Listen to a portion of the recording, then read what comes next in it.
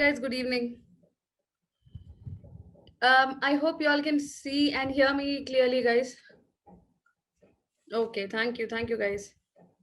Okay, nice to see so many of you. Right, hi everyone. So I have a question before we begin. Guys, did you all attend the session?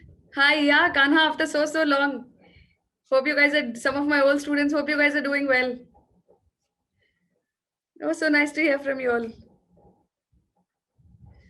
Okay, guys, have you attended yesterday's session? Yes, thank you, Sharanya. Doing good. Hope you too. Okay, good. So you have an idea of the paper. You have an idea that you can finish your preparation in 10 days also, right? I don't have to reiterate, but you know I will. Okay. So let's start positively. Okay. Let's go with the assumption that people have done far greater things in the span of 10 days than taking an LSAT paper. Okay. I'm so glad, Devanshi. So nice to meet you all again. This is the only problem I have with online classes because I can't meet you guys physically. Otherwise, it would have been amazing. Yeah. So as I was saying, people have achieved far greater things in a span of 10 days than taking a measly LSAT test and preparing for it, and doing well at it. Not that it's a measly test. I didn't mean to say that. What I mean to say is if you put your mind to it, it's a cliche. I know you've heard this like I don't know how many times by now, especially since you guys have given the board exams also, but it is true, guys. That's the reason it's a cliche. Okay. Now, if you put your mind to it, if you prepare the right way in the right direction, all of you can crack this. Okay. The only reason people are not able to do well in a test is because the preparation has not been up to the mark, right? Nobody is born a genius or anything like that. Some of us are, but those people are very different. Okay. um I've been taking a lot of practice tests from. Okay, that is good. So the key is, so even Karen yesterday must have told you guys this. The key is to use your previous LSAT papers as practice. Okay, so that will give you an idea of what to expect. That will automatically start making sure that you are set in your ways of the approach to a question, right? So we will discuss largely the sections that are there in the verbal section, how to approach, how to look at options, how to eliminate options. Though I'd like to tell you guys here that this is not a concept heavy session. So I cannot be teaching you RC concepts now. I cannot be teaching you critical reasoning concepts now because this isn't a session for that. Okay. This is just to get you acquainted with the test paper pattern and the approach. Hi, Tisha. Hi. Out of 92 questions, what would be a required score? I'll tell you guys. Where can we find LSAT past paper on IMS portal? Check the resources tab, guys. So the thing is, Sakina, for IMS students, these papers have been given to you in the form of workshops. So you will be seeing a lot of the LSAT questions either in the form of workshops or in the past or in the form of past papers. Okay, but you will have, I'm sure you would have seen a lot of those questions anyway. So I'll tell you about the scores and everything. This is to start with a general discussion. Rajeshri says, I did a few mocks, but I'm struggling with RC. Hope this session guides me well. So guys, while I want to tell you that this isn't a concept session. So RC concepts is not what is going to be covered here, because that, as an IMS student, I'm sure most of you would be aware, those of you who are IMS students, you would be aware that concepts are discussed through multiple classes. Okay. So unfortunately, this isn't a session where I will take you through deep concepts of RC, but yes, we have one passage today that we will discuss. So through that passage, I will try and cover as much of concepts as I possibly can. What is the ideal score? Okay, guys, hold on to this score. Hold on.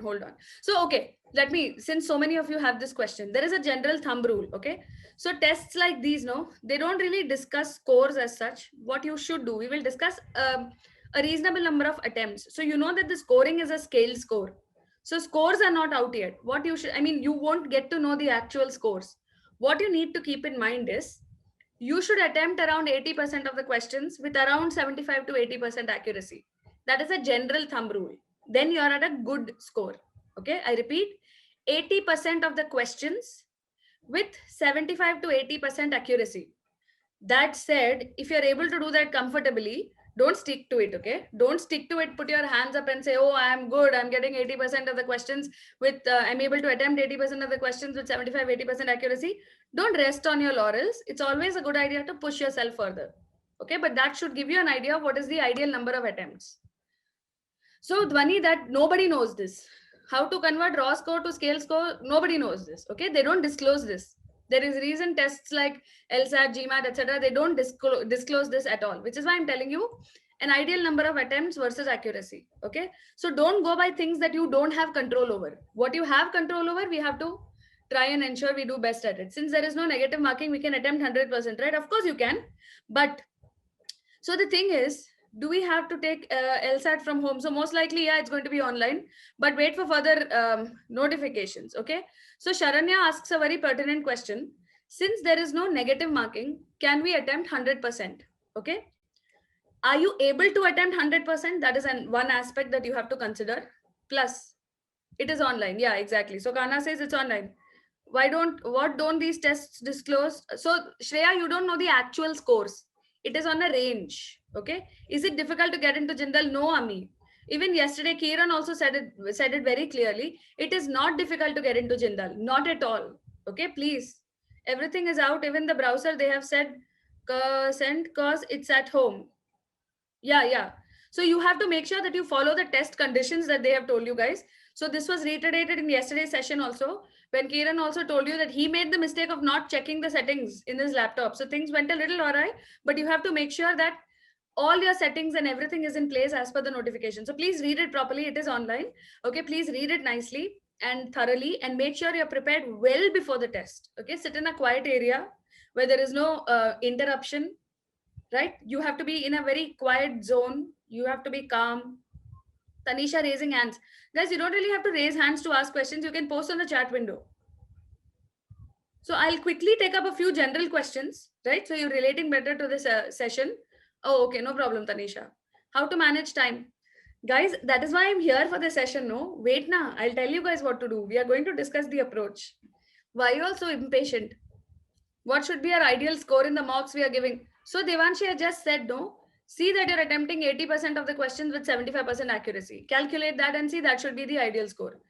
Is the test on the 25th or 25th onwards? So there are different slots, depends on what is the slot that you get, but the first one is on the 25th from what I know. Okay. Guys, avoid posting on the Q&A tab, please. Ideally, how many papers should be solved till 25th? So see, okay, anonymous attendee asks a very important question again. How many papers should be solved until the 25th, right? Now for this, I would say solve as many as you possibly can, but guys, just hold on to your questions. 1 minute, 1 minute. Yeah, there is another attempt, Sakina. I'll cover all of that. Wait. So to answer anonymous attendee's question and then come back to, I think, Sharanya's question. Yeah, hold on. Give me some time. So as I was saying, ideally attempt as many papers as possible, but you guys need to keep in mind that it is not just attempting papers. Okay, you have to be a little more strategic than that. Just attempting papers will not do you any good, because if you find on a good day the paper was okay, the passages were from areas that you like, okay, you got most of the questions right, you will feel happy. Okay. One of the tests, if you feel that the passages from us are from area that you do are from areas that you're not really comfortable reading, you didn't get many questions right, then you will be sad. So the outcome of test taking cannot be your happiness or sadness alone. You have to find inputs for improvement. So what I'm trying to tell you guys is, you should spend as much time analyzing the test as much as you spend solving it. Okay, so please make sure while you keep taking tests, please make sure you sit and analyze. You're getting enough time to effect improvement. Guys, when I'm talking, I won't be able to look at your questions, so please hold on to your questions. I will tell you when I'm open to more questions. Okay, please let me answer the earlier questions. Hold on, guys. There are about 72 of you. All of you keeping on shooting questions, no, then the questions will get lost in the melee. Okay, so please hold on, guys, for a while. Let me answer the earlier two questions and then I'll go on. Okay, hold on. So what I'm saying is, take tests. You have to take tests. That's a very critical integral component of your preparation now. But while taking tests, don't take 2 tests a day and then burn yourself out and all that. Okay, try and take tests in such a manner that you're able to analyze the test. Journaling is extremely important. Keep a journal. See what are the areas you're making mistakes in. That should give you inputs for preparation, because preparation test, you can't just keep taking tests. No, when there is no improvement in the scores, you will plateau. Then what does it tell you? So the ideal outcome of a test is, after your analysis, you should get concrete areas for improvement. Don't know, anonymous attendee, don't ask me to predict things. We'll see all that later. Results kab aayega and all is a separate question, please. And please don't post questions on the chat window. I will miss those questions, okay? I can't navigate between two tabs. Anyway, so what I was saying is, your inputs for the next test should be very concrete.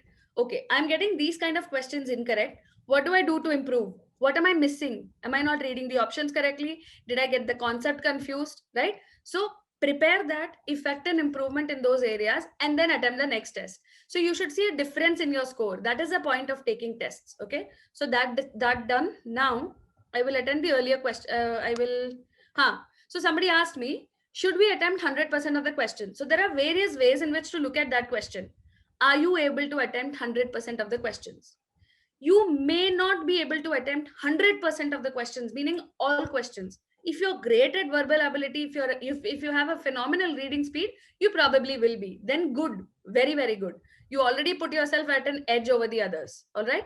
Then, anonymous attendee, you keep repeating the same questions that I've told you I don't know and I won't answer. I'm not going to answer. I'm sorry. Okay. So I'll just delete the question and move on. I don't know when the results will come out. Okay. Yes.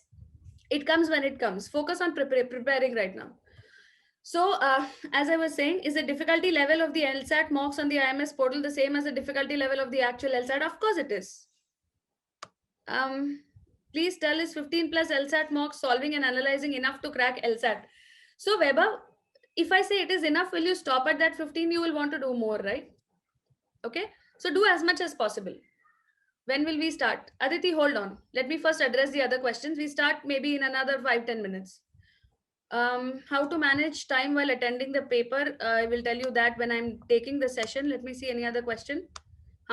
So about the 100% attempts, you may not be able to solve all 100% of the questions. All right. You may not be able to attempt all 100% of the questions. Okay. But the thing is, if you have a great reading speed, good, you can do that. But a part of managing your test prep is also to ensure, am I better off solving 100% of the questions? Or is it better that I focus my areas on questions which I know I will get the answer to, then move on to questions which I know the concept of, but will take some time to answer the question. And then there are some questions which I should just leave. Okay. So this is a strategy we will be discussing towards the end.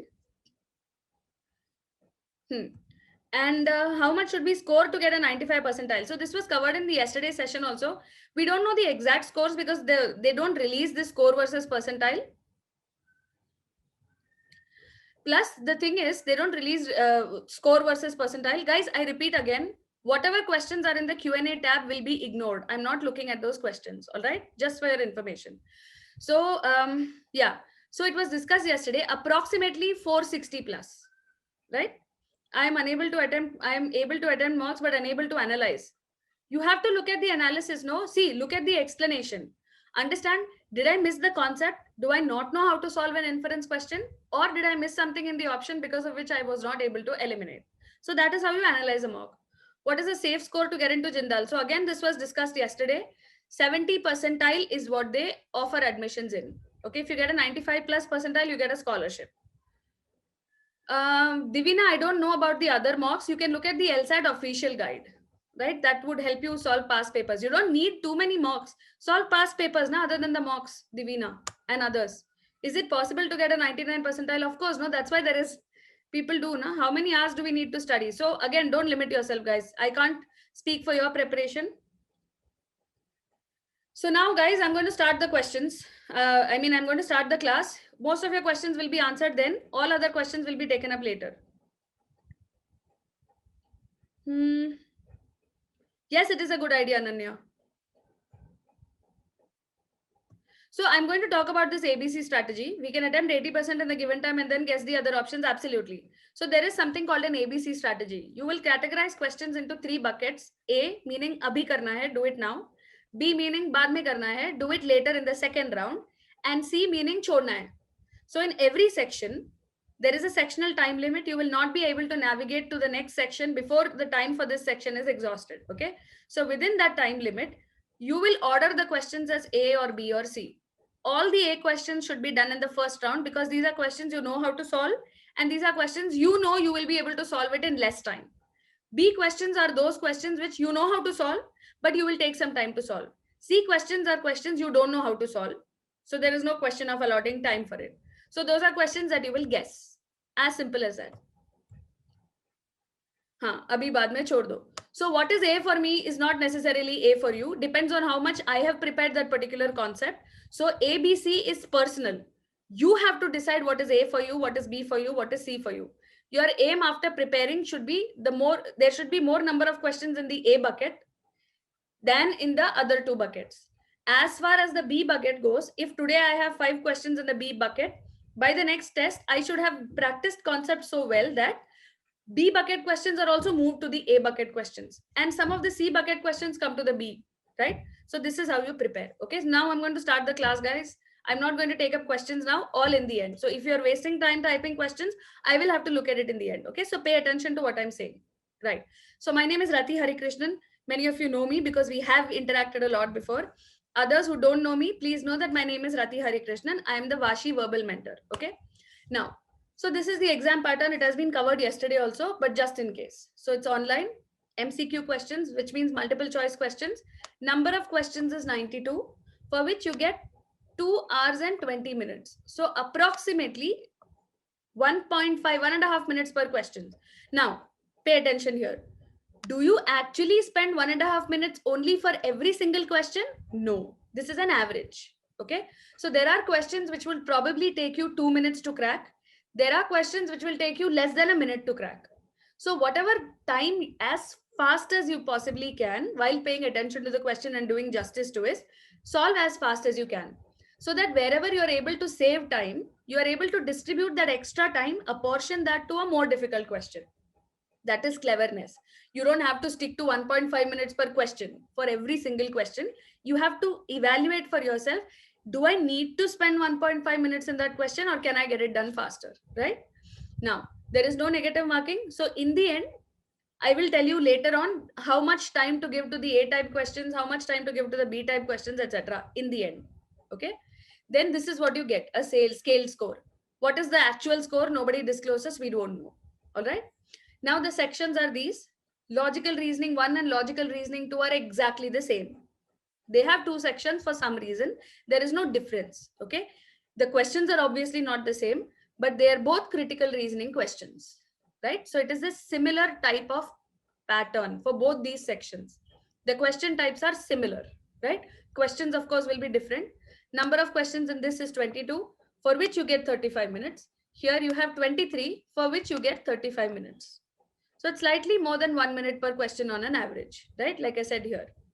Reading comprehension has 24 questions spread across about 4 passages, right? Number of questions within a passage is different. Okay, so we'll come to that. Also 35 minutes. Analytical reasoning is the maths reasoning, which is 35 minutes. So you already had this session yesterday. We won't be discussing this today. We will discuss this, a few questions from these sections, and one RC passage, how to approach, etc. All right. Again, I reiterate, this is not a concept session, so don't expect me to cover concepts in detail. That's not going to happen today. So the scores are sent to the participating colleges. The colleges send out admission calls to the candidate based on their selection criteria. All this has been covered yesterday, so I'm not spending too much time. Now this is the split. Okay. So in logical reasoning 1 and 2, see that the question types are similar. All right. These are your typical critical reasoning question types. So you'll have questions on inference, questions on strengthening an argument, questioning on weakening an argument. So there is a paragraph given where the author discusses his or her conclusion about something. The question will ask you, which of the following, if true, will strengthen the conclusion of the author? So whatever from the options provide support to the author, that is your answer. In the weakening question, which of those is true will weaken the conclusion of the author? So you have to clearly understand the argument that is made. Look at the relationship between the premise and the conclusion, understand the relationship, see if there are any missing links, which are the assumptions, and then evaluate the option to see what a particular option can do to the conclusion, right? So this tests your critical reasoning skills, which are logic skills. Okay, they are actually life skills, not just a test taking skill, which is why it's so important across entrance tests, right?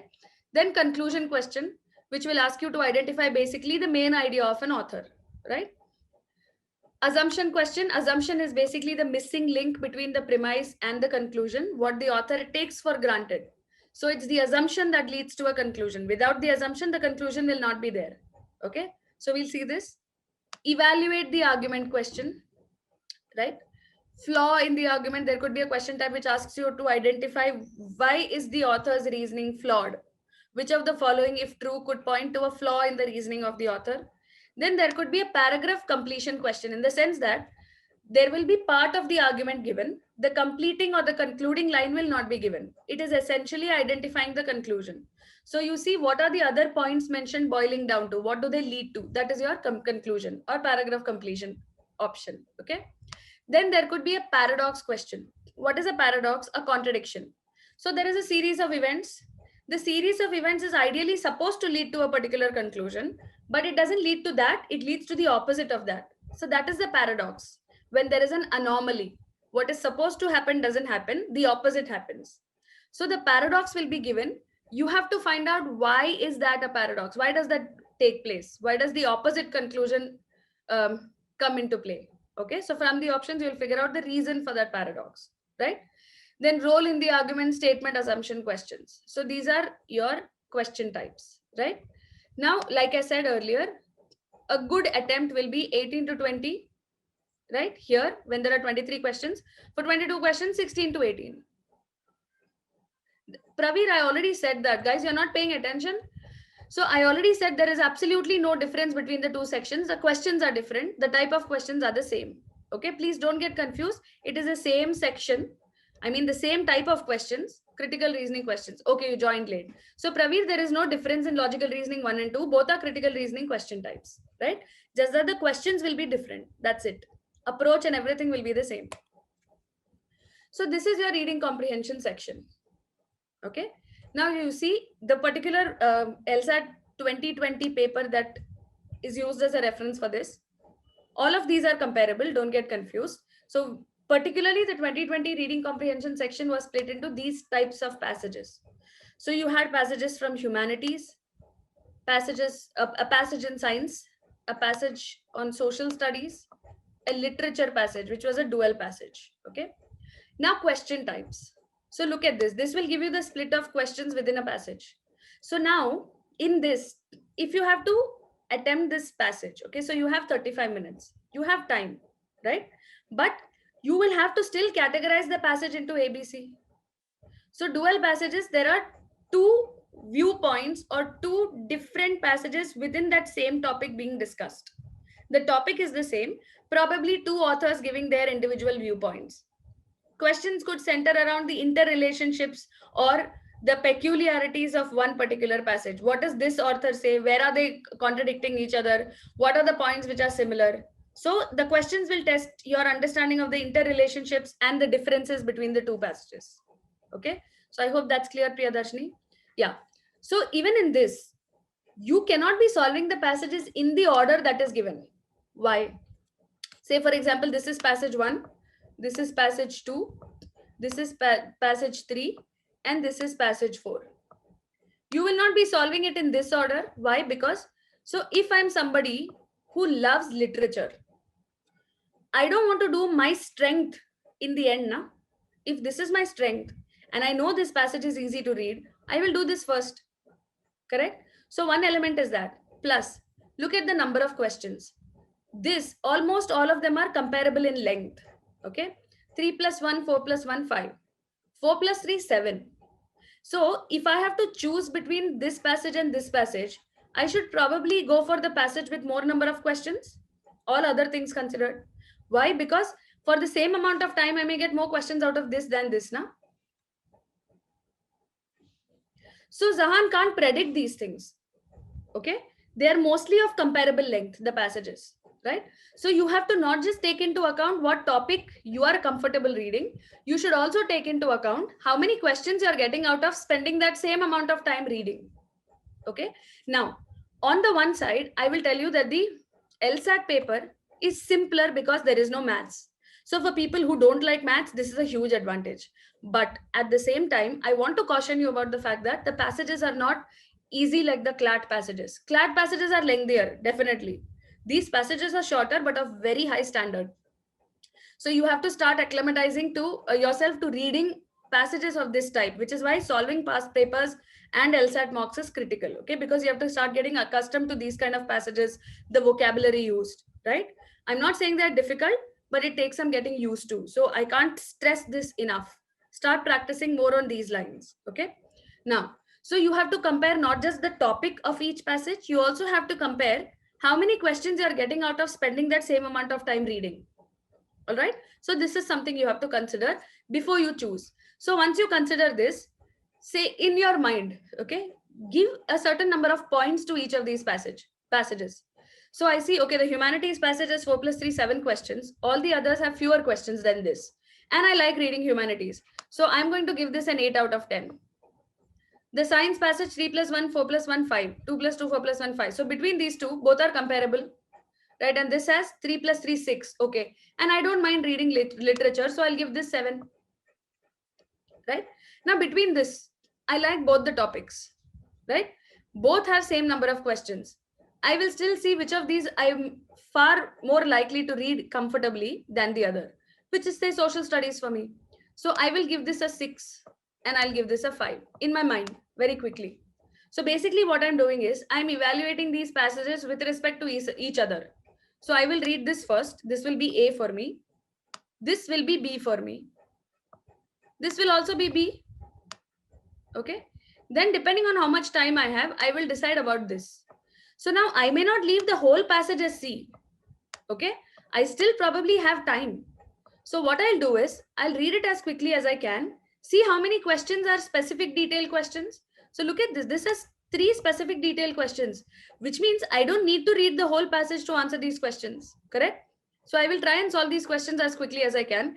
If I'm not able to do these two, it's okay. Are you getting my point, guys? Any questions here with what I just explained? With respect to this section, guys, any questions? This ordering becomes clear, right, guys? Again, you have to play to your strengths, all right? Because this will be different for different people. Now, I may love reading humanities. This will not take time to order. Guys, try this. It will not take time to order, okay? It won't take time. I'm not saying you sit and write the numbers. Just in your mind to see, okay, this is passage number 1 for me, this is 2, this is 3, this is 4. So it helps if you read a couple of lines to understand how easy or difficult the reading is. 1 minute. So Kanha says, if we keep on looking at how many questions are there after each passage, that will already take time in scrolling through in the test. How much time does scrolling take here? Itna time you will have. Tanisha, I might sound naive, but specific detailed questions are the questions for which answer is directly in the passage. So Tanisha, you're not naive at all.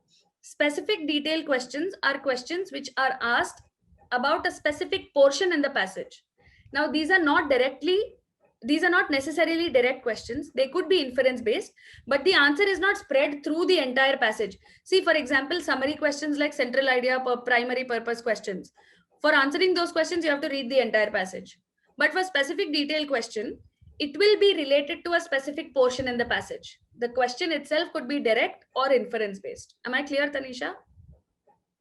So would answering all the specific detailed questions be a good idea? You should still read the passage. The passage is not so, I'll tell you, Sonakshi, the passage is not going to be so easy that you can immediately spot the answer. You should have an idea of the passage first. Okay, guys? So don't be under those misconceptions. Now for Kanha's question, if you practice the mocks, no, you will realize that this scrolling between the questions will not take time. You're only seeing how many questions are there. Now, what happens if you don't do it? If you say start with a passage which has 4 questions and you spend too much time doing that, in the end, when you come to the final passage, you realize that the final passage has 7 questions. You don't have time for all 7. What will you do then? Correct? So it helps that you spend some time doing this. I'm not saying you spend a lot of time. Some time doing this will be worth it.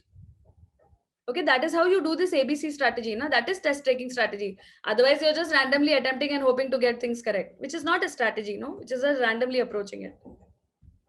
I'll come to what is parallel reasoning. All right. So reading intensive. always remember that you have to start reading these kind of passages because you have to get comfortable with this, right? CLAT paper pattern is a little tricky in the sense that the passages are very long.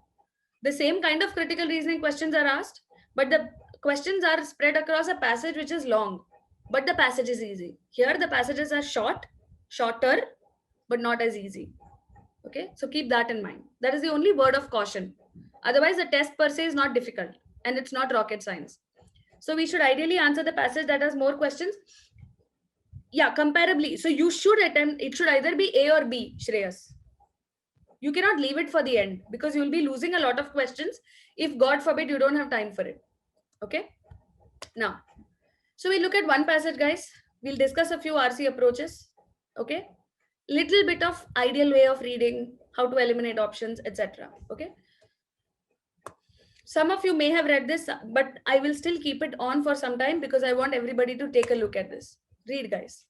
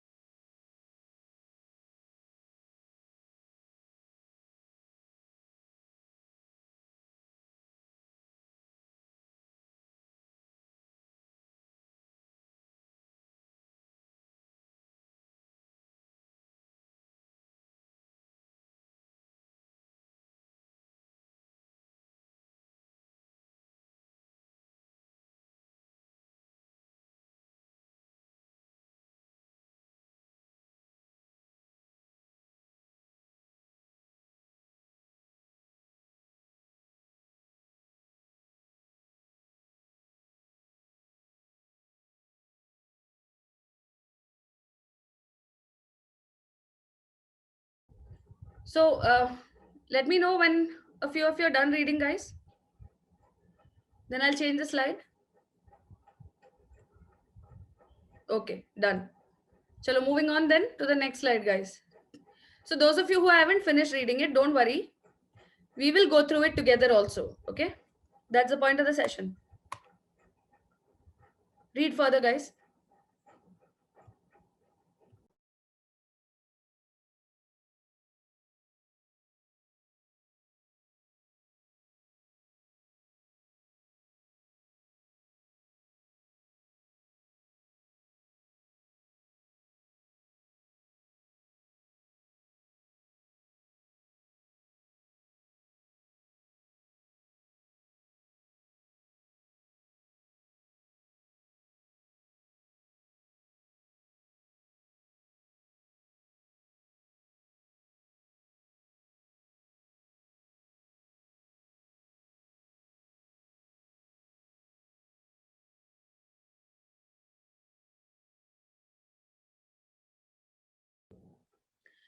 Sakina, I'm not sure about that. If you are an IMS student, you will have workshops.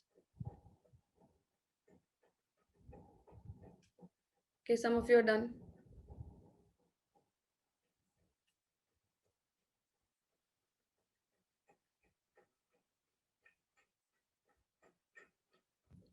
So Sushmita, this is the LSAT 2020 paper, na?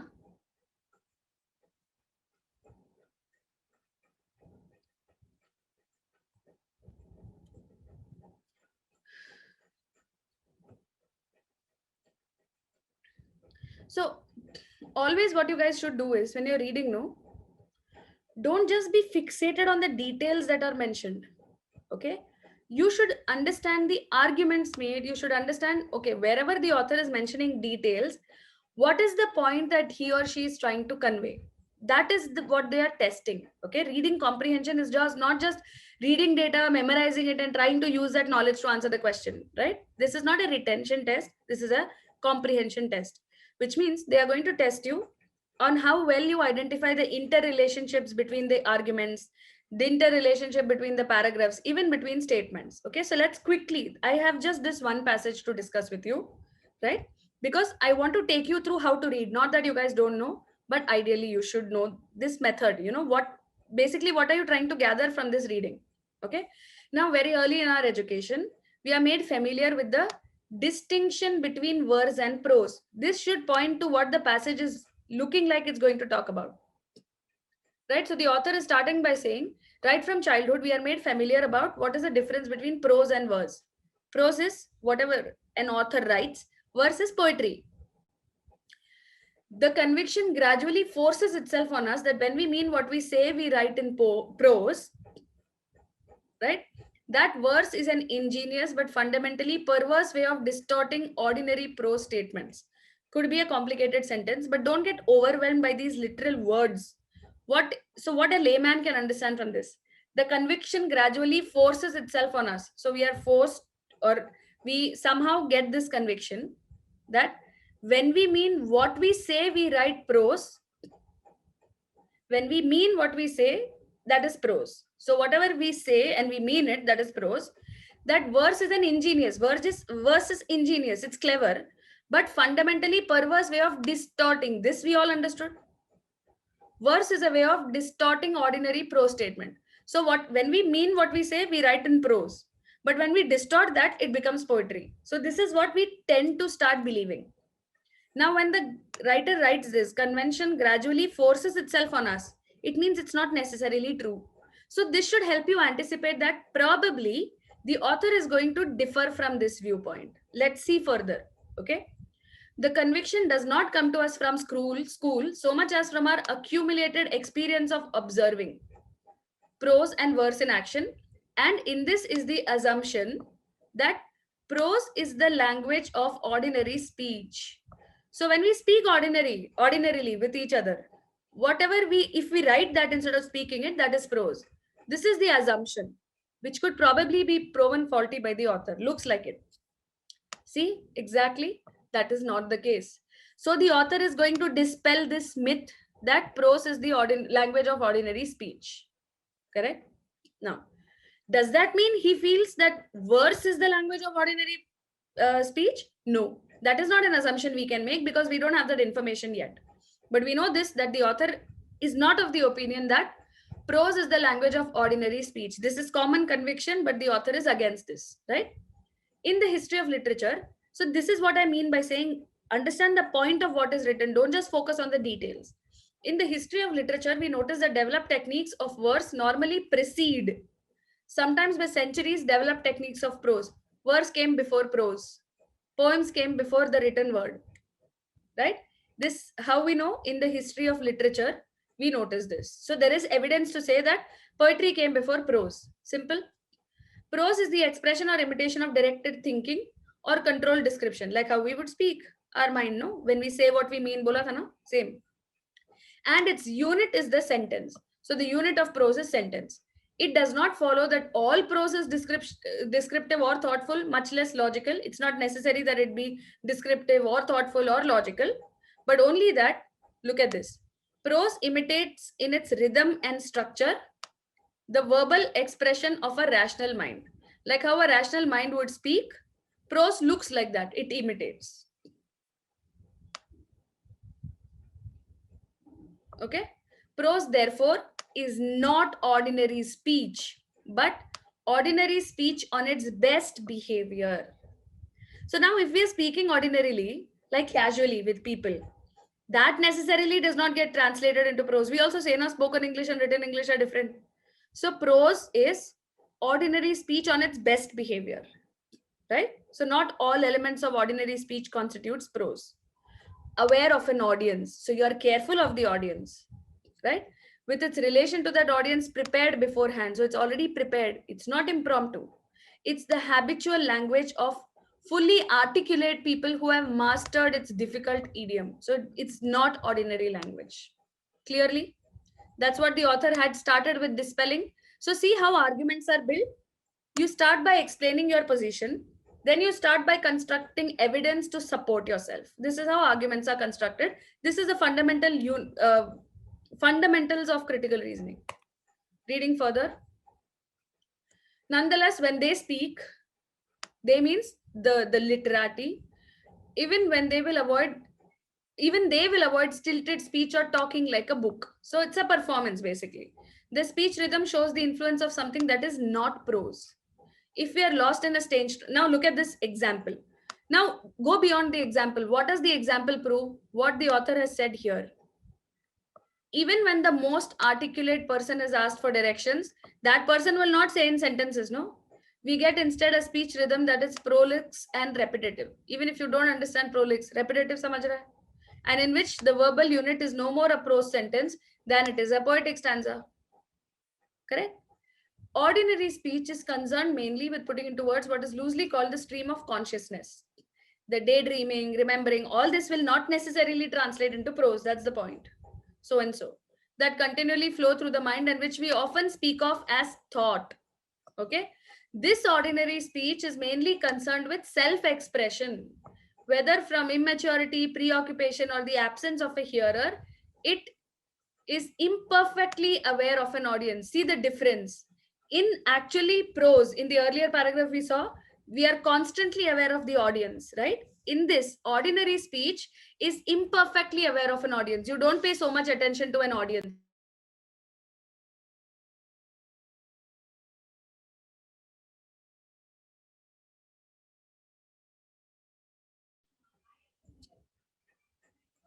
Full awareness of an audience makes speech rhetorical, and rhetorical means a conventionalized rhythm, right? Rhetorical means what? Narrative. You're constructing a narrative because you're building an argument. Okay, that is full awareness, which means that is prose. Ordinary speech is not like this, it's different. The irregular rhythm of ordinary speech may be conventionalized. Now, look, this is the most important point of the whole passage. This is why this is a conclusion. So the irregular rhythm of ordinary speech may be conventionalized in two ways. So this rhythm of ordinary speech can be conventionalized or typecast into two ways. What is it? One way is to impose a pattern of recurrence or repetition to it. The other is to impose the logical and semantic pattern of the sentence, which means one way for conventionalizing ordinary speech is verse, poetry, repetition. The other is prose, which is the logical semantic pattern of the sentence. We have verse when the arrangement of words is dominated by recurrent or repetitive rhythm and sound. Prose when it is dominated by the syntactical relation of subject and predicate. Of the two, verse is simpler and more primitive, old, which accounts for its being historically earlier than prose, which means prose is more sophisticated. That's it. Are we clear, guys? Any questions in this? So please, when you're reading, no, be more mindful of the act of reading. Don't just look at what is mentioned in just without context.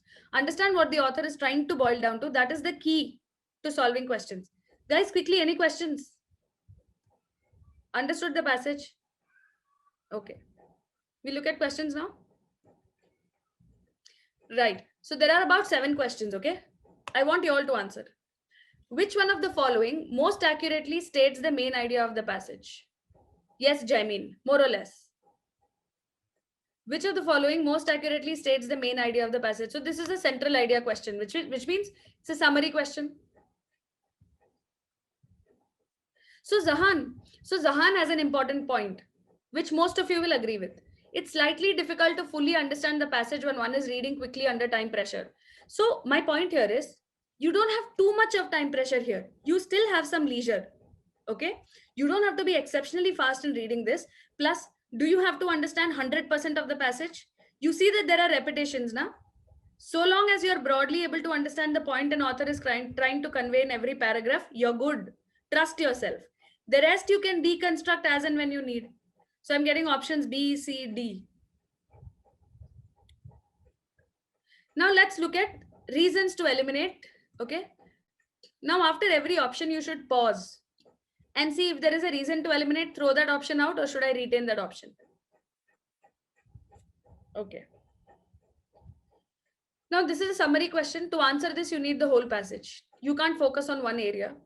Okay, now I'm going to explain, guys. Hold on, I'm not looking at answers. A says, while prose is considered more similar to ordinary speech, idhar hi galat ho gaya, which is why none of you marked A. Very good. Okay. The author debunked this misery, right? This myth, sorry. Okay. While verse is simpler and more primitive than prose, this is clear. He has said that in the last line that verse is simpler and more primitive than prose. Verse is more similar to ordinary speech than in that both are primarily concerned with self-expression. So this is okay, but nowhere does the author say verse is more similar to ordinary speech. In fact, in the last line, the author had debunked this myth also. The author said that both are elements of conventionalizing ordinary speech. Where there is rhythm involved, where there is repetition involved, it becomes verse. And where there is logical, rational deconstruction involved, it becomes prose, right? So verse is more similar. The author has not made any such point. No, verse is only primitive, yes. So this option is partially incorrect. It's partly okay. This part makes the option incorrect. So this is an option I cannot choose between C and D now, right? So after every option, pause to check if there is a reason to eliminate. Are you sure it's correct completely? Okay. So why would you eliminate an option? One is if it has a contradiction. Two, if it has information that the author has not stated. Three, it is out of scope. And four, partially correct options. And five, if the option has words which are used in the passage but have words which have been distorted, which completely conveys a different meaning, right? Now see, while verse is considered a distortion of prose, both are methods of conventionalizing irregular rhythms of ordinary speech. Now, has the author said while verse is considered a distortion of prose? Yes, in the first few paragraphs. Both are methods for conventionalizing the irregular rhythms of ordinary speech, exactly what the concluding paragraph was. With prose being the more sophisticated, yes, because the author said that verse is more primitive, which automatically makes prose more sophisticated. So this is an inference which is natural. So C looks great. Let me look at D. While prose is considered more literal than verse, verse imposes a rhythmic and sonic pattern, okay, sound, on ordinary speech that is absent from prose. So this does not tell you how prose is related to ordinary speech, hence this is definitely not the main idea. So you're all right in choosing C. Very good, guys. Sorry. Impressive. So C is your answer. Okay. Quickly moving on. I'm not going to spend so much time in all questions, guys. The idea is just to get you used to the elimination of options bit. It is not going to consume a lot of time, Weber. See, I am taking time because I'm explaining stuff to you. I'm not going to take so much time in the other questions. That's why I said it's not going to take time. No, I disagree. If you have read and understood the passage correctly, you will find these problems. That's your task, na? Okay, moving on quickly, guys. I don't want to waste too much of your time. Now, this is an except question. Okay, except question means you will find all of this in specific portions in the passage, which means it's a specific detailed question. So the passage provides an answer to each of the following questions except what is not answered. So elimination is the key. So the relationship of prose to thought is discussed now in the first paragraph. Logical thought is translated into prose. वो सब बोला है ना? So this is there, except नहीं है. Relationship of verse to ordinary speech, rhythm and repetition and sound. This is mentioned. What is the basic unit of prose? Sentence. This is mentioned. Nowhere in the passage is the basic unit of ordinary speech mentioned. Very good. Most of you answered it correctly. So all the other answers can be found in specific portions in the passage. You just have to go back and check. Okay. Moving on quickly.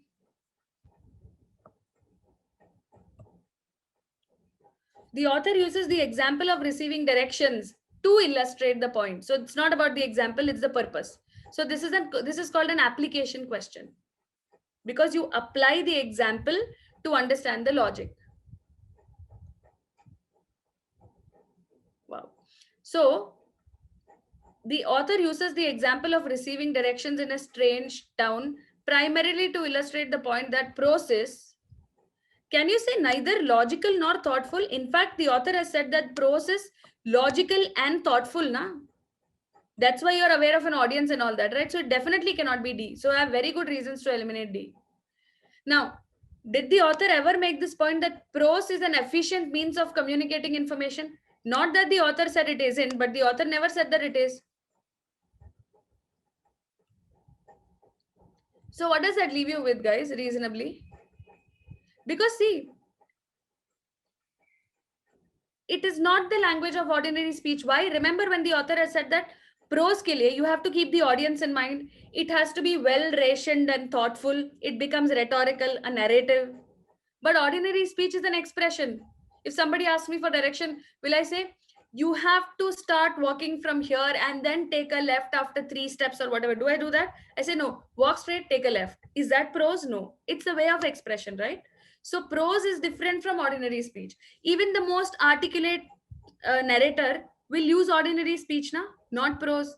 Because ordinary speech is different from logically constructing your thought in the form of prose. That's the point the author made with the example. That's the whole point, na?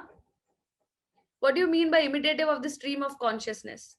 That is verse bola tha. Okay. I hope all this is clear, guys.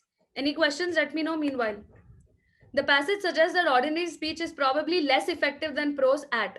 So where does ordinary speech not work? Yes, Ananya. Wherever, see, don't hesitate to go back to the passage to verify your answer. It won't take time. In fact, it will help build accuracy. So, guys, the question is, the passage suggests that ordinary speech is probably less effective than prose. At what? What was the difference between prose and ordinary speech? Guys, understand, prose is thoughtful, logical construction, no? Is ordinary speech like that? No. So, expressing empathy, you will be able to do that very beautifully in prose, which means you will naturally be able to articulate childhood memories. That is ordinary speech, na? See, this doesn't mean you cannot do that in prose. But what can you do very well in prose, but cannot do very well in ordinary speeches? Mounting persuasive arguments. Imitating the movement of everyday thought is precisely what ordinary speech is, na? Everyday thought. So B, na? See, when you want to mount pervasive or persuasive arguments, you have to use prose, na? I cannot use daily language for that, right? That's what the author mentioned, na? This is where. So prose is just a form of ordinary speech in which the thought flow is rational, logical, you're fully aware of your audience. That's the difference, right? Between prose and verse. Verse is also a form of articulating ordinary thoughts, just that it has more rhythm and sound. What does prose have? Logic. Are we clear with this? Why we chose B? So you should understand what the answer should do and then choose that answer. So expressing empathy, ordinary speech can do very well. Articulating childhood memories, perfect. There was a paragraph in which the author has listed 1, 2, 3, 4 things that ordinary speech does. Imitating the movement of everyday thought is ordinary thought. Bas. Okay. So you had very good reasons to eliminate. Now this is parallel reasoning. Parallel reasoning is similarity. Analogy is similarity. So a particular situation in the paragraph is stretched to an outside situation, which has nothing to do with the paragraph, but the flow of logic and the interrelationship is same. X led to Y and both X and Y together led to Z. This form should be followed in that option. Okay. Now look at this. The reasoning employed in which of the following situations is most similar or analogous to the author's reasoning in explaining the fact that prose developed later than verse? So how did the author come to the conclusion that prose developed later? Because verse was simpler and more primitive. On that basis, the author said verse developed earlier and prose developed later. Which of these options talks about A preceding B on the basis that A is simpler? Understand, this is the equation. The author said in the last line, verse developed before prose, verse was simpler and more primitive, correct? Right? So you have to find from the option, and option says A came before B, A was simpler and more primitive, which is the only option that says primitive. Absolutely option D. Okay. So there is no situation in the whole passage which said one was earlier than the other, because it describes a solution to a problem raised in the other work. So there was no such overlap between prose and verse discussed at all. So B can be thrown out, right? It is closer to the surface of the earth, cannot even be related to this example. है ना? See my problem? The paper it is written on has deteriorated. No such thing. The only similarity you can find is in the word sophistication, because that's what the author mentioned verse as being primitive, which automatically makes the other one more sophisticated. Simple question. Now tell me, look at the question carefully. It's a specific detailed question, particularly from the last paragraph, which we discussed over and over again.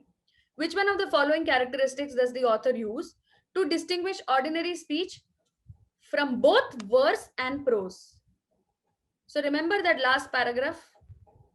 No, before you answer, guys, always keep in mind which is the area that you have to consider, because it's a specific detail question. Last May, remember when we also discussed, the author says both are ways of conventionalizing ordinary speech. What was the difference and what is the similarity? So look at the question. Distinguish ordinary speech on the one hand from both verse and prose on the other.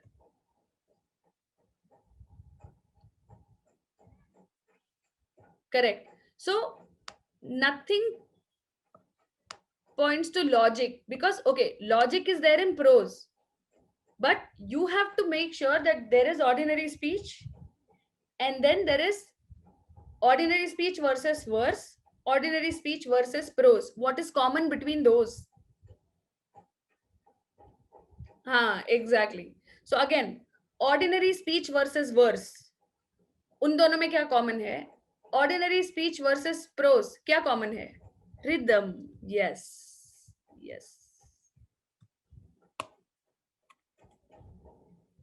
Okay, this was the only one discussed now. Where did you discuss the relationship between syntax, ordinary speech, verse and prose? Nowhere. Where did you discuss the relationship between logic, ordinary speech, verse and prose? Yes, prose has logic, we know, but all three, how are you connecting with logic? Nowhere. Meaning, not even discussed. The only thing that was discussed was rhythm. Irregular rhythm of verse and regular rhythm of prose. Right? Now, moving on quickly. The primary purpose of the last paragraph. Last paragraph naturally specific detail ho gaya. What is the primary purpose of the last paragraph? Tell me, guys. Simple answer, because we've discussed this over and over again now. Very good, guys. Is the last paragraph analyzing the irregular rhythm of ordinary speech? No, in fact, it says irregular rhythm is part of verse, right? Not to say ordinary speech does not have irregular rhythm. So that's out. Reason to eliminate that. Is the last paragraph explaining how both verse and prose conventionalize ordinary speech? Naturally. Just that verse has more rhythm and repetition and sound, and prose has logic and thought. Perfect. See, criticize the conviction that there is no criticism, that prose and verse are genuinely different. They are different and there is no criticism that the author has leveled. So C can be introduced purely on the basis of the word criticism in this context. Introduce the various elements of the stream of consciousness, that's not even mentioned in the last paragraph. So clearly B. Okay, moving on. The author's primary goal in the passage. So this is a summary question, a primary purpose question. What does the author intend to do? So now look at option A. So some of you are getting confused. Option A is the opposite of what the author says. Pay attention, guys. A says the author's goal is to call into question the distinction between prose and verse. If you're calling into question a distinction, you are saying that both are similar. Did the author say both are similar? No. So definitely not A. The author's primary goal is to explain why prose is the language of ordinary speech. This is a myth that the author busted. So वो तो हो ही नहीं सकता. The author's primarily goal is to argue that the development of prose precedes verse. Ulta. So many reasons to eliminate, guys. Again, answer. The author's goal is to correct the prevailing view of the relationship between prose and verse. Yes, exactly. Both are forms of conventionalizing ordinary speech. Why not A? Explain again. Okay, pay attention. A says the author's aim is to call into question the distinction between verse and prose. Now, if I call into question somebody's expertise on a subject, I would say, are you even an expert? So if the author calls into question the distinction between A and B, he says, are A and B even different? He says they are different. No, he is not calling into question the difference. Is that clear? Exactly. Distinction means difference. But when you call into question a difference, you are saying that there is no difference. Calling into question is casting doubts. Okay? Right. Moving on. So I think with this, we are ending reading comprehension. Now the most important part, which is logical reasoning. Can you explain one again, the rhythm question? So Tisha, the rhythm question was because in connection to ordinary speech, verse and prose, the only element that was discussed as common was rhythm. Syntax was not discussed in connection to ordinary speech, prose and verse. The other two were also not discussed. Only thing that was discussed in the context of all three is rhythm. Are you getting it?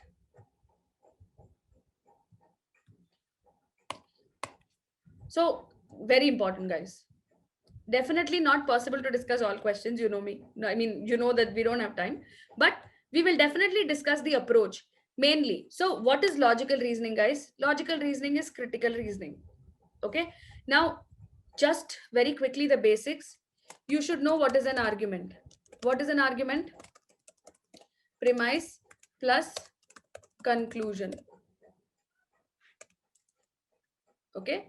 So if I'm just stating my opinion, the Taj Mahal is the most beautiful monument in the world. This is an opinion. This is my conclusion. Correct? A fact would be the Taj Mahal is so and so meters in length. That is fact. Whether you check it or I check it, we'll either come to the conclusion that what I'm saying is correct or what I'm saying is incorrect. So it's a statement of fact expressed as a fact. But when there is an opinion, the Taj Mahal is the most beautiful monument. How can you check that? It's what is beautiful is different for me and different for you, correct? So the point I'm trying to make is when I'm stating an opinion and then I support my opinion with some evidence, that evidence is the premise, what I have considered to come to the conclusion. So when I'm just stating the conclusion, it's my opinion. When I'm supporting that with the help of, look, why am I saying this? So many experts across the world believe this. So and so number of people visit the Taj Mahal every year. And this is higher than most other monuments put together. Whatever facts and figures I have considered to state that conclusion, those facts and figures become my premise. I'm using that as evidence to support my conclusion. Therefore, I'm arguing for the fact for my conclusion. So when you argue, it's not the fight that we have that we call argument. In critical reasoning, argument is when you're providing support for your conclusion, you're arguing, you're making a case for it. Okay. So this interrelationship is constantly tested. Okay. Sometimes when an author is presenting a conclusion, so there are like many statements that the author says and then finally may state a conclusion. So this will be the final thing that the author wants to convey, the main point of the author. But putting all these together, you might come to some other statement also which you can understand. That is an inference. It's like a side derivative, not the focus of the argument. Another thing that you understand from the author's argument. Okay. Then what is missing between these two? Sometimes the author does not state everything.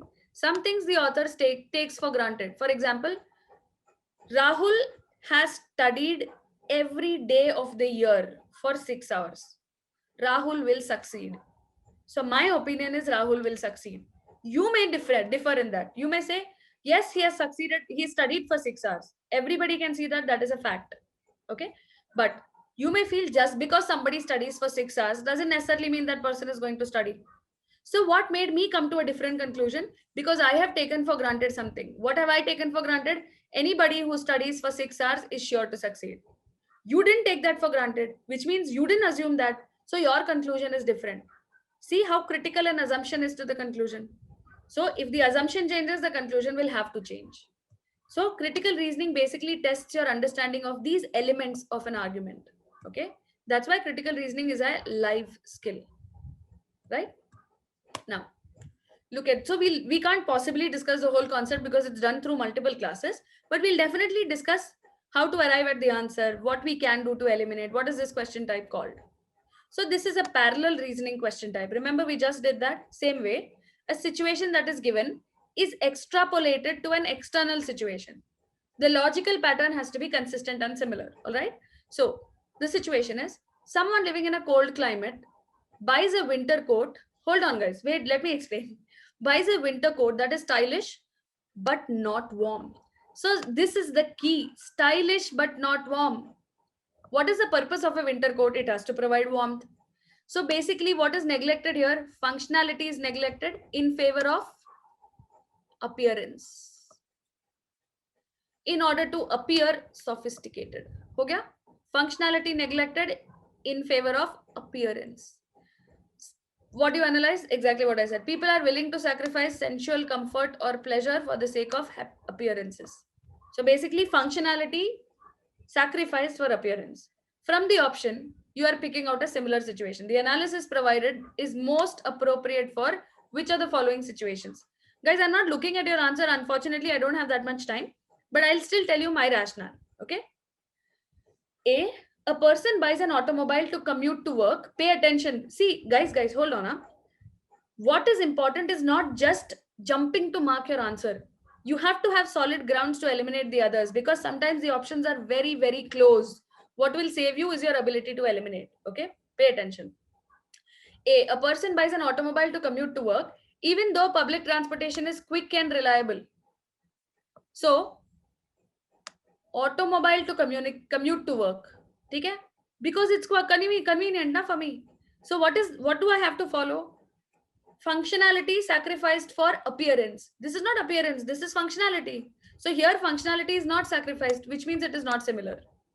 B, a parent buys a car seat for a young child because it is more colorful. More colorful is appearance, but more comfortable is function for the child than the other car seats on the market, though no safer. Now this is the critical element. What is the main function of a car seat? It has to be safe, period. This says a particular, so I as a parent, I'm choosing a particular car seat because it's colorful, it's more comfortable. So I'm getting some function out of it, which is higher. Safety wise, I'm getting the same function as the others, no safer, which means it is not safer than the others, but it is still safe. So I'm not sacrificing functionality. Out. C. Most of you have marked C. A couple buys a particular wine, even though their favorite wine is less expensive and better tasting. So functionality sacrificed. Wine में क्या चाहिए? Better taste. Expensive भी कम. So functional तो है. Functionality sacrifice कर दिया. वो भी उनका favorite है. Why? Why did they do this? They think it will impress their dinner guests. Khatam. So this is your answer.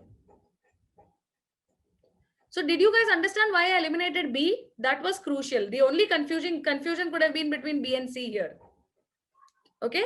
So that's why I said pay attention to why I'm eliminating more than why I'm choosing. So C is perfect. D में क्या problem है?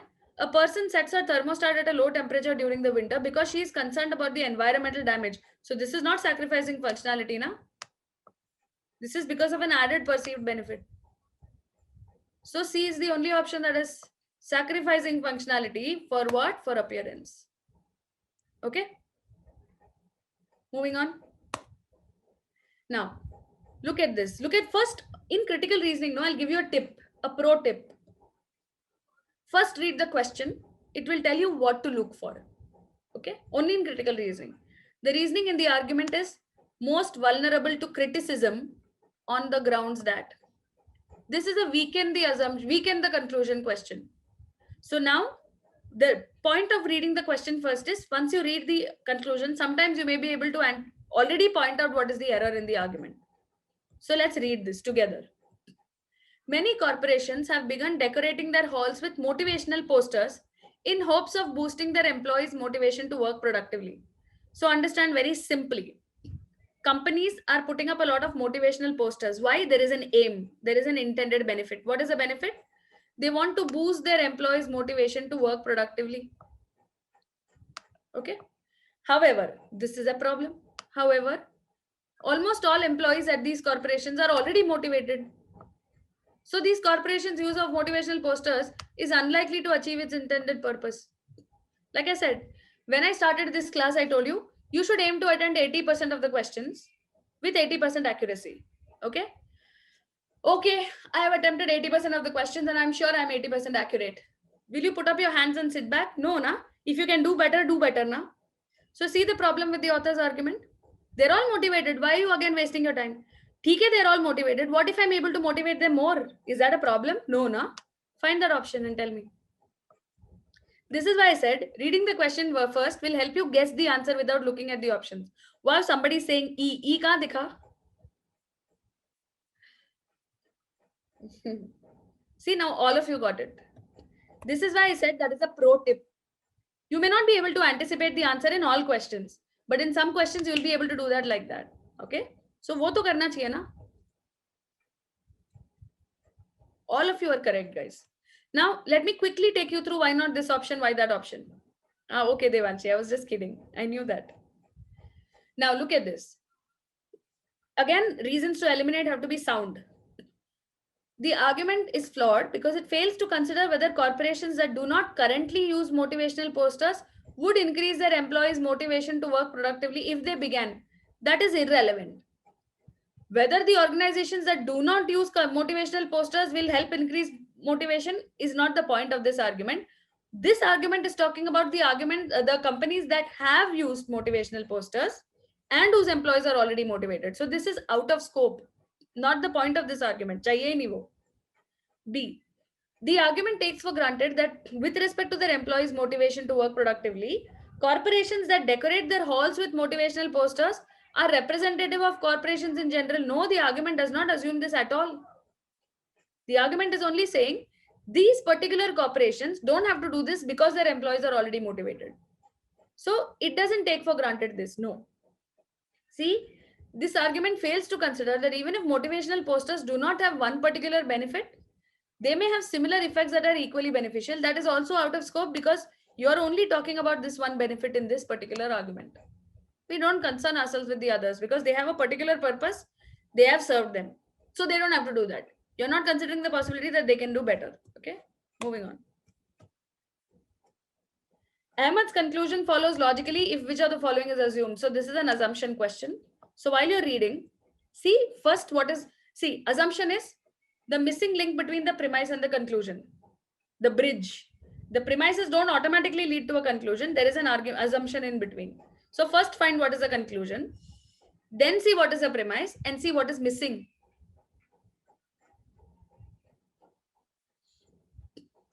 Sushmita, very good.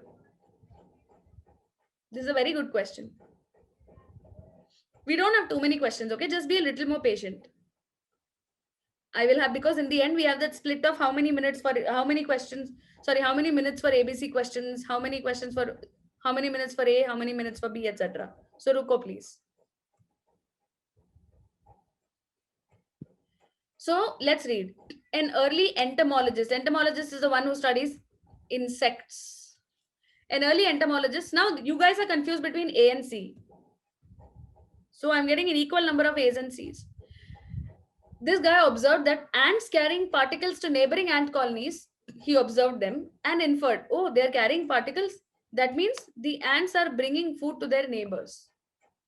Further research, however, revealed that the ants were emptying their own colony's dumping site. Thus, this is the conclusion of the argument, guys. Please don't get confused. The conclusion of the argument is not what the entomologist has concluded. The conclusion of the argument is different from what he has concluded. This particular question conclusion is that the entomologist was wrong. Why? Now that is the premise. So this conclusion is the entomologist who said they are bringing food to their neighbors is incorrect. Why? On what basis does this conclusion draw from? The conclusion says they were actually emptying their own colony's dumping site. It's like, now if I have made food, okay, I am observed bringing food to my neighbors, right? So you're saying Rati is not bringing food to them, she's just discarding leftovers. But wo food hi hua na, correct? So if this argument were to say that, okay, they are bringing their own colony's dumping site ka kachra to the neighbors, right? But that could still be food. Then this conclusion cannot be drawn, right? So for this conclusion to be drawn, so since this conclusion is drawn on the basis that the ants were bringing food that was not actually food, it was them emptying their colony's dumping site. Thus, the entomologist was wrong. They are emptying the dumping site. So this argument is clearly not considering this food. If they considered this to be food, then they would say that the entomologist was correct. So there is only one option that brings this into focus. And dumping sites do not contain particles that could be used as food. Because if there were particles that could be used as food and this person had considered those as food, then that person would have also come to the same conclusion as the entomologist said. Yes, they are emptying the dumping site, but they are still carrying food to the neighbors. How is this person not concluding that? Because this person doesn't consider it to be food. Period. Hence, C is the missing link. So for an assumption question, there is a hack. Negate the assumption. See what happens to the conclusion. If I negate this, I'm getting and dumping sites contain particles that can be used as food. Can this conclusion stand? No, it is destroyed. And societies do not interact in the same ways that human societies. The conclusion has nothing to do with human societies and similarities. Na? So that cannot be an assumption because you don't even need that to come to the conclusion. Assumption is crucial for a conclusion. Quickly moving on, guys.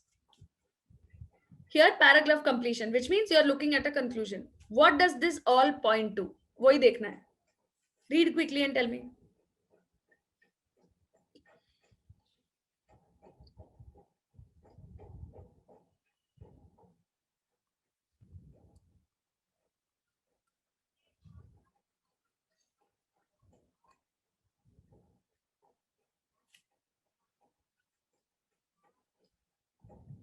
So,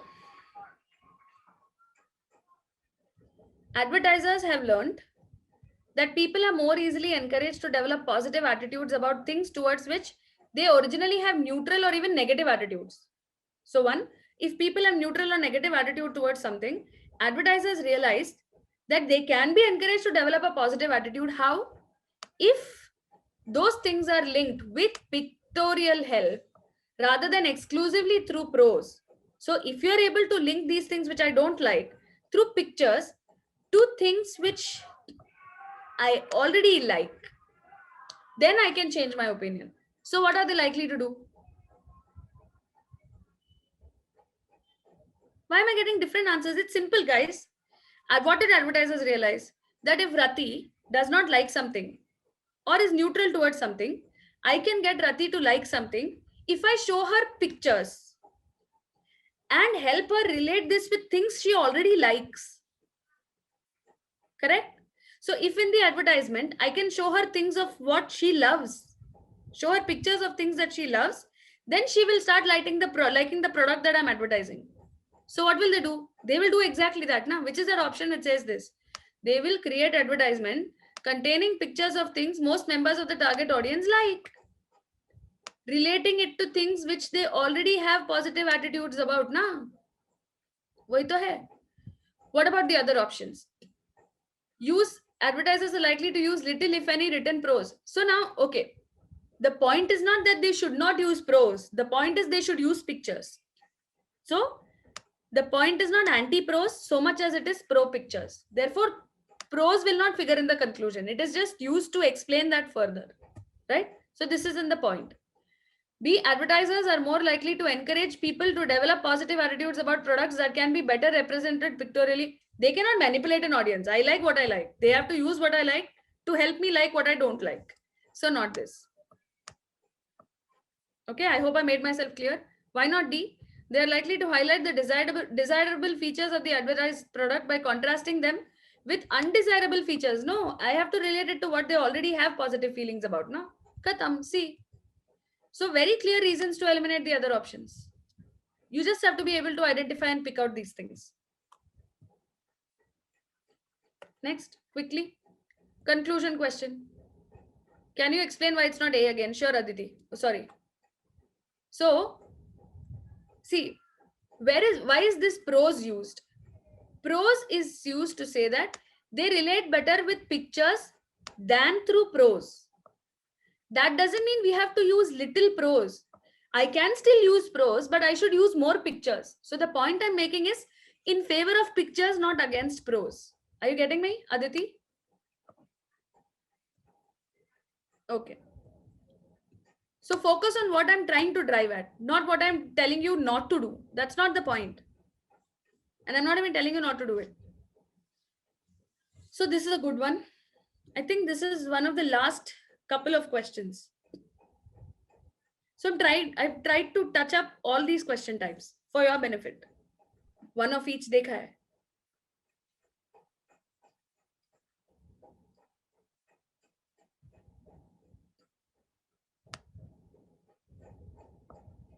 So this is an evidence. So again, how do you dissect premises and conclusions? Pay attention. I'll give you time to solve. So what is the author saying? Novel X and novel Y are both semi-autobiographical novels, and they contain very similar themes and situations. Now, because of this, might lead one to suspect plagiarism on the part of one of the authors.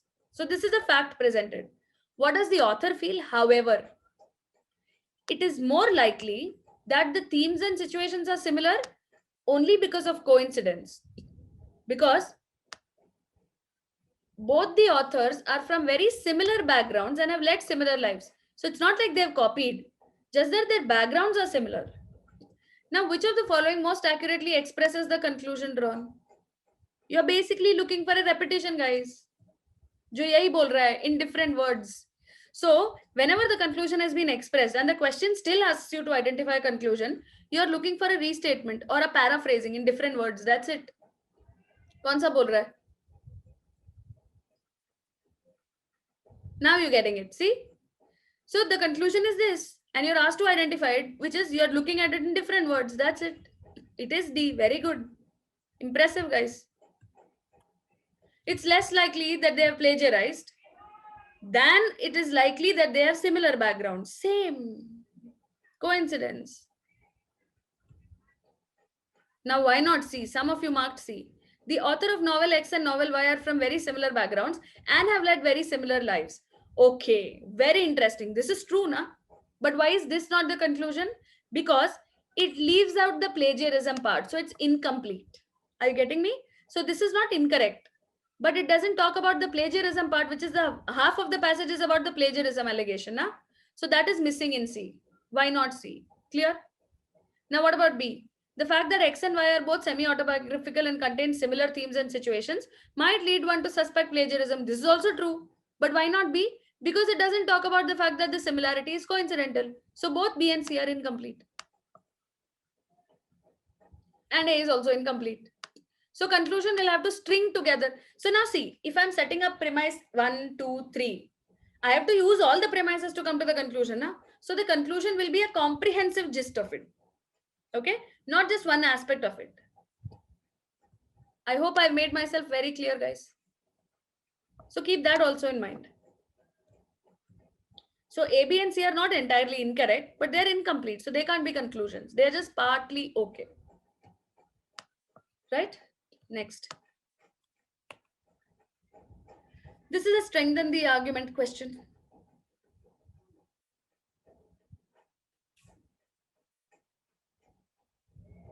Good question. So in this, you have to focus on words that make an option incorrect.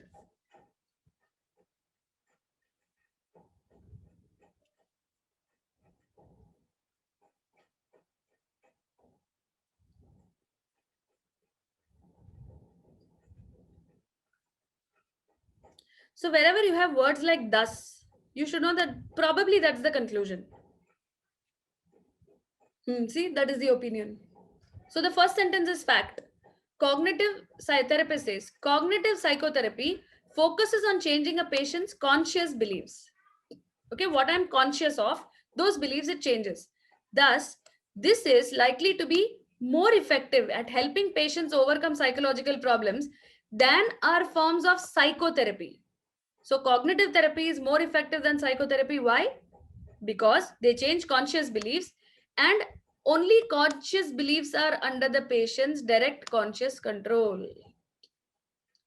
Now, which of these would support him and say, yes, you are correct. Cognitive therapy will be more effective, right?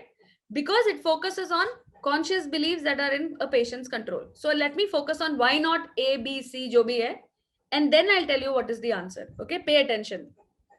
I'm not looking at your answers because I've got multiple answers and all different options. Okay? So pay attention. A. Psychological problems are frequently caused by unconscious beliefs that could be changed with the aid of psychotherapy. This is not telling you what the author is saying. Now, the author is saying that more than psychotherapy, cognitive psychotherapy is better. वो तो आ ही नहीं रहा इधर. So this does not offer any support to the therapist's argument. So A गया. None. I don't think anybody marked A. B says, now look at this. It is difficult for any form of psychotherapy to be effective. Now look at the word difficult. Does it say impossible? No. Difficult for any form of psychotherapy to be effective without focusing on mental states that are under the patient's direct conscious control. Looks like that's exactly what he's saying now. This is why cognitive psychotherapy is more effective, because it focuses on conscious beliefs that can be controlled. Correct? So thus cognitive therapy is likely to be more effective than psychotherapy bola hai na? So yes, this looks okay. See, cognitive psychotherapy is the only form of psychotherapy. Now, words like only, all, best, extreme keywords, they have to be 100% accounted for. The author has said cognitive psychotherapy is more effective than other forms of psychotherapy. Does that mean it is the only form that focuses primarily on changing the patient's conscious beliefs? We don't know that. It could be one of the more effective forms. Is that the only form? Nahi pata. So C is risky. I can't mark C. B is far more sane. D. No form of psychotherapy. No form. Again, I have to have 100% evidence in the passage. No form of psychotherapy that focuses on changing the patient's unconscious beliefs and desires can be effective unless it also helps change beliefs that are under the patient's direct control. See, no form that focuses on unconscious beliefs can be effective is not what the author says. The author has not said that other forms are ineffective. The author says this is more effective than other forms. Not that the other forms cannot be effective. No. Which is why you can eliminate D. So many of you had this question. D can be the answer. Understood why it can't be? Why B again? Okay. Did you understand why not A, why not C, why not D? I'm not saying that is why I marked B, but B is marked for a specific reason. I'll tell you. Okay. So Aditi, why not D? Arey baba, abhi bola na why not D? But anyway, Sushmita, this option D says no form of psychotherapy that focuses on changing unconscious beliefs can be effective. The author never said that this is ineffective. The author said A is more effective than B, because A focuses on changing conscious beliefs and B focuses on changing unconscious beliefs. The author never said that B is ineffective, just that A is more effective. Are you getting why not D, Sushmita? Now, Aditi, okay, why B? Precisely why. Now I just said. So it's difficult for any form of psychotherapy to be effective. To saying that no form can be effective versus it's difficult for it to be effective without focusing on mental states that are under the patient's direct conscious control. So now this is clear from this line. Cognitive psychotherapy is likely to be more effective than other forms of psychotherapy because the cognitive psychotherapy focuses on conscious beliefs which are under the patient's control, which automatically implies the other forms focus on unconscious beliefs which are not in the patient's control. So this option, if it's true, will provide support to the author to say why A is more effective than B, na? Okay, fine. Moving on, guys.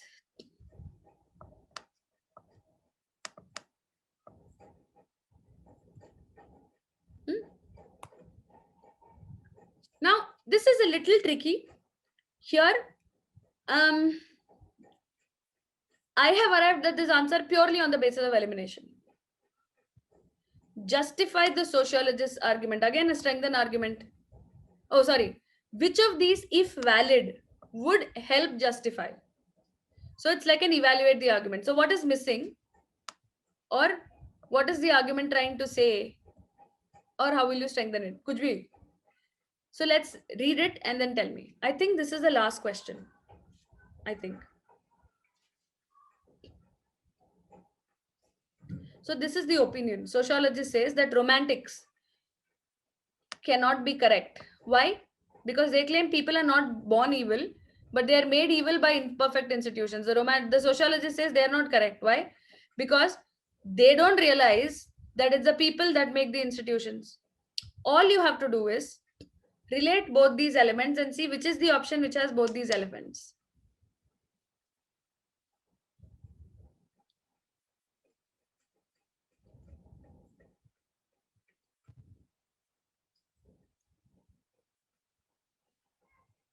So some of you are saying A. Why not A? I'll tell you. People acting together can do more good or evil. Is there a comparison between people who are acting in institutions and people who are acting outside? That's not even the point. The point is just to refute romantics. Romantics say people are not born evil. It's the circumstances or institutions that make them evil. Sociologists say ऐसा कुछ नहीं है. The institutions are created by these very people, no? That doesn't mean people who act individually do more harm than people acting in institutions. The sociologist only says that the romantics should recognize that the institutions are made of people, which means people can be born evil. Wahi hai bas. So this comparison is not warranted for, accounted for, sorry. So not A. Now look at this, words like this. I told you, na, extreme keywords, inevitably imperfect, 100%, really? Are you saying that the sociologists believe institutions formed by people are 100% imperfect? That's not what he's saying, na. He's just saying that the romantics are wrong in saying people are not born evil because they are made evil by institutions. The sociologists believe institutions are people only. So they can be born like that. So this is not the point the sociologist makes. People should not be overly optimistic in their view of human beings. Again, this is not a recommendation of the sociologist. The sociologist only wants these romantics to feel that institutions are made of people. So institution does not determine the people that compose it, because people can be whatever they are. They can be born evil also. Wahi to hai. So again, the only reason I could arrive at the answer was by eliminating the others, because they are definitely not true. D, am I 100% happy with? No. Right? But I have 100% reason to eliminate the other options. D, I can at least relate to the argument saying, yes, the institution is different and people are different. They make the institutions, which means people can be born anyway. It's not the institutions. Why not C? Again, this is the point of the argument is not a recommendation the sociologist is giving. The sociologist is only saying that these guys should recognize that people can be whatever. That's why not C. The whole point is not a recommendation. Okay.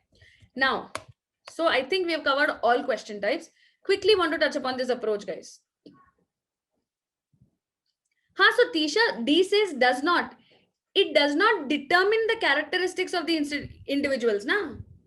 But because the individuals can be whoever they are, institutions can be whatever, but people can be people the way they are, irrespective of the institutions. That's the point. Yeah. So guys, this should give you an idea of strategy.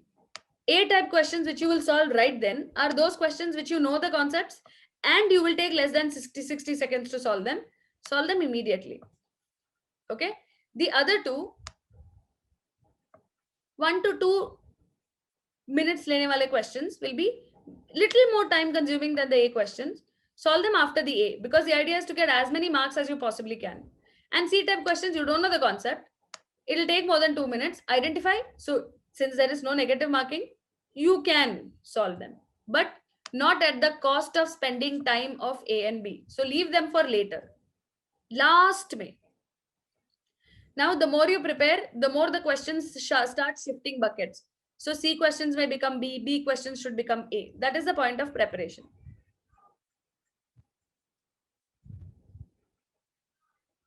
So Divisha, the workshop questions are from the previous mocks. I mean, previous papers. Now look at this. In the first 25 minutes, you should be able to solve 15 to 17 A-type questions. Now, what is A for you may be different from what is A for others. Okay. Then the medium B-type questions will be in the later attempt. Okay. So 2 to 3 medium B-type questions in the next 10 minutes after having solved all the A-type questions. Then whatever little time you may have, maybe a minute to randomly mark.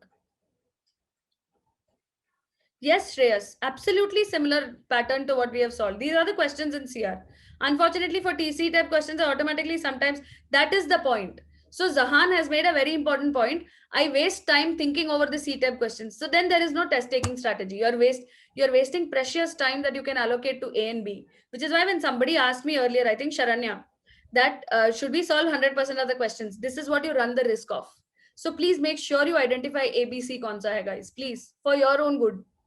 Okay.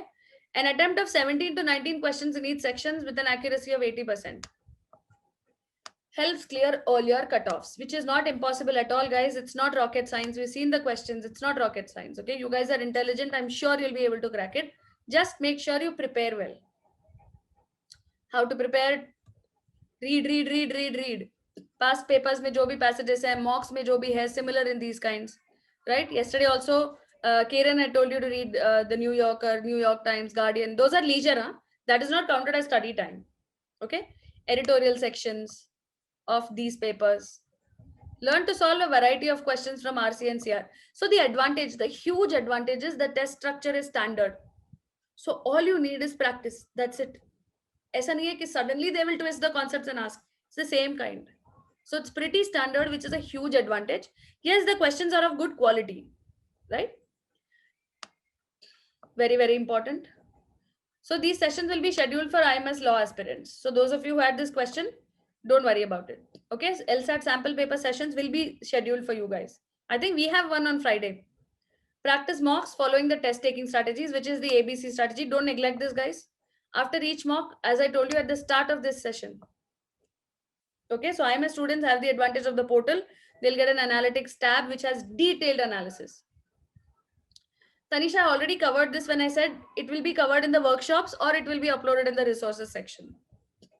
Apply your learnings from, this is very important. This is where I told you about journaling. Make a note of your mistakes. That should help you prepare for the next test. So understand and identify if you did not know the concept. For example, if you're getting too many weekend the conclusion questions wrong, you have to go through the concept again and see what you're missing. If there is one question you missed, it's probably because you were careless or because you couldn't find out the reason to eliminate those options. So Tanisha, then that will be covered in the workshops. So the questions are given in the workshops. So as classes, they will be taught. How would you compare actual IMS mock 1, 2, 3 to actual LSAT? It is designed by people who take the test now. So it's naturally comparable. What is the best score in LSAT to get into NMIMS Mumbai? They don't unfortunately reveal scores, Sakina, but keep this thumb rule in mind. The number of questions that I told you, remember, 17 to 80 questions with 80% accuracy should get you through all the cutoffs. They don't disclose.